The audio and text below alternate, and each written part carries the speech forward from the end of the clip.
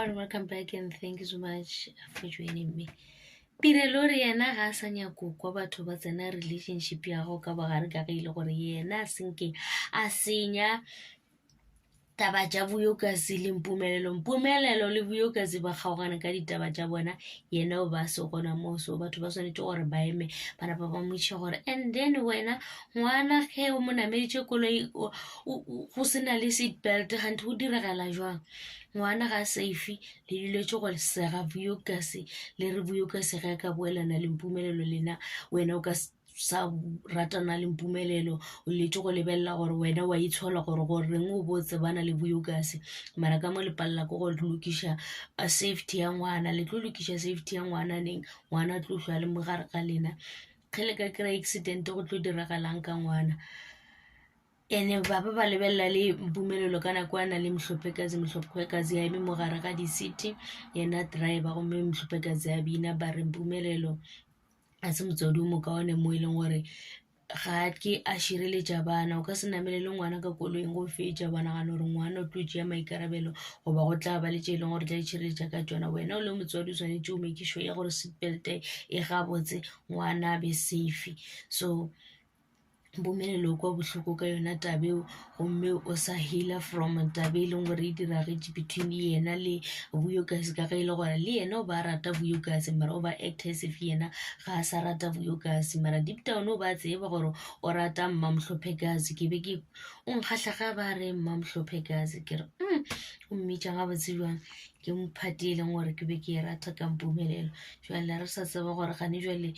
re tlo kwa mara go na le mabarabara gore buyokasi o na le reality show so re fela pelo gore buyokasi o tlane le yena re tle re mmone le Chef Savelo gore dilo tša bona di tla be di le jwang ka gobane Chef Savelo o rata go no ke tšweletša ka di-voice record ya ke tsebe gore ke mang motho wa mo hekang ke ex girlfriend ya gagwe goba e ka be e le mangwe e leng gore wa mo heka a tliša di-voice note gomme rena ra theeletša barati ba buyokasi ba re ke maaka gomme le ge ba ekwa gore voice ele ke ya Chef Savelo so re tsebe gore Savelo le matšhoni sa ba tlo kgaogana le go ba jwang ka gore go bontšha go tšhoša relationship ile ya boifiša buyokasi a ke gane o rata Chef Savelo lerato a se tšhelete as long as e le gore o humane motho e leng gore wa mo hlompha mara